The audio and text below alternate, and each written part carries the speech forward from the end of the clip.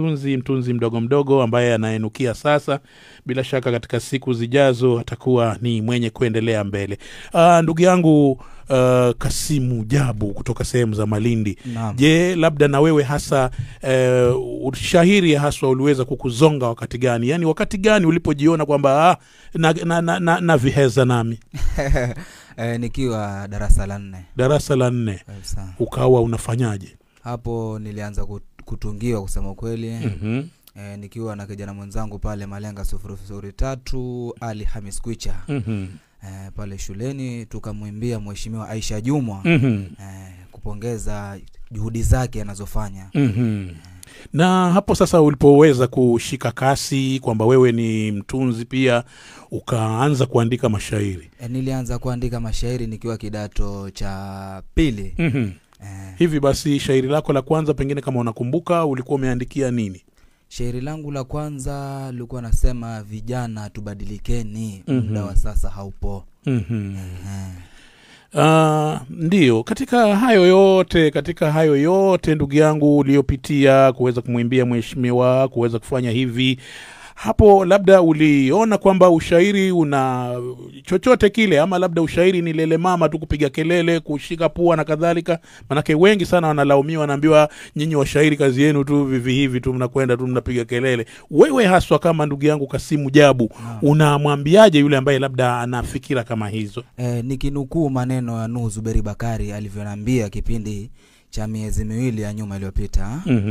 Anasema kwamba ushairi unalipa na yeye ndio huo unampa riziki. Naam. Ndio. Kwa hivyo mtu yoyote akikwambia nitungie shairi, nighania shairi, ile ni hela.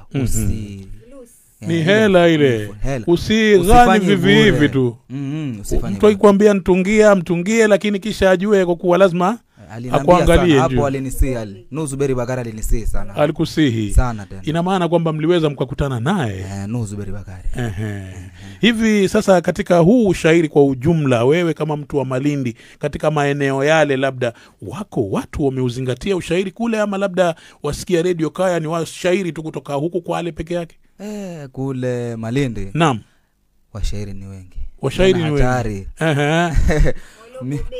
Mimi ni kama jivu tu. Wewe kama kijijivu tu. Kijijivu tu kule wako. Itabidi mimi nifunge safari na dada Fatma tuweze kuja. Tuonyeshe. Kuna Manju Mtulivu. Naam. Huyo kusema kweli mimi nilimfuatilia yeye, Manju Mtulivu Saidi Kwicha. Yuko Malindi. Hatari sana. Ana mashairi. Ana ughani. Nikimlinganisha na jamaa wa huku Kwale, Mwagarashi. Hapo hivyo. Labda tasnia yake, yani tajriba yake labda kulingana naye ama sana kupima na nguvu yani. Mwagarashi. Hii Mwagarashi tuseme Hamadi Mwagarashi kwa sababu yeye ana tajriba hali ya juu sana, anaanza zamani. Na labda katika mambo yake hayo ya kufanya ushairi huwa anaufanyia wapi, labda ili wengine ambao wako kule Malindi pia waweze kuiga njia zake hizo? Manake kama ulivyosema kwamba ushairi popote pale ni senti, labda yeye huwa shughuli zake anazifanyia wapi? Kusema kweli kwa sasa yeye ni daktari, lakini katika mitandao ya kijamii yupo. Anajiita Manju Mtulivu. Barabara. Manju Mtulivu 003. Ndio.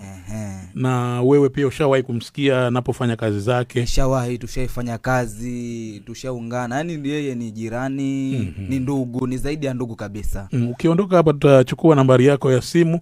Tuweze kuwasiliana jinsi tutakavyoweza kuona washairi Malindi, Kilifi na sehemu hizo nyingine, kwa sababu naona wametulia sana. Sijaona juhudi kama hii yako ya kuweza kusafiri kutoka kule kuja huku. Angalau kidogo umetupatia motisha. Unaporudi kule, unapopata vijana wenzako, tafadhali tupatie nambari zao ili pia nao waweze kushiriki kipindini humu, ili tuweze kuangaza Malindi na kwingine. Kwanza unasalimiwa sana. Nasalimiwa. Unajulikana kule, upo hewani, unapeperusha shairi zako kila Jumapili. Malenga 003, niko na vijana wangu watatu. Salamu zangu. Mbona tunajiita Malenga 003? Niko na Daddy Su, niko na Ali Hamis na mimi hapa Jabu Kasim. Na wasimamizi wetu ambao ni management yetu ambao imenifanya paka nikafika huku. Sana kabisa. Wakuyati family. Wakuyati family. Kiongozwa na Swaleh Rafiki. Ina mashairi hiyo. Hiyo ni kama management, hiyo ni media ambayo imenisimamia, ambayo imetushika mkono sisi Malenga sasa. Ni kijana ambaye aliona vijana watapotea katika tasnia hii ya tungo. Kutunga sio rahisi, kughani sio rahisi. Sana kabisa. Kaona heri niwashike mkono wa vijana. Asante sana. Yeye ndo akanambia hebu tafuta nafasi ufike Radio Kaya. Jambo la kwanza ni kumshukuru Mwenyezi Mungu, la pili ni kuwashukuru wao, la tatu ni kumshukuru huyu Mima, huyu cute Mima aliyonileta hapa. Aliyekuleta hapa. Mwingine ni mshukuru Madam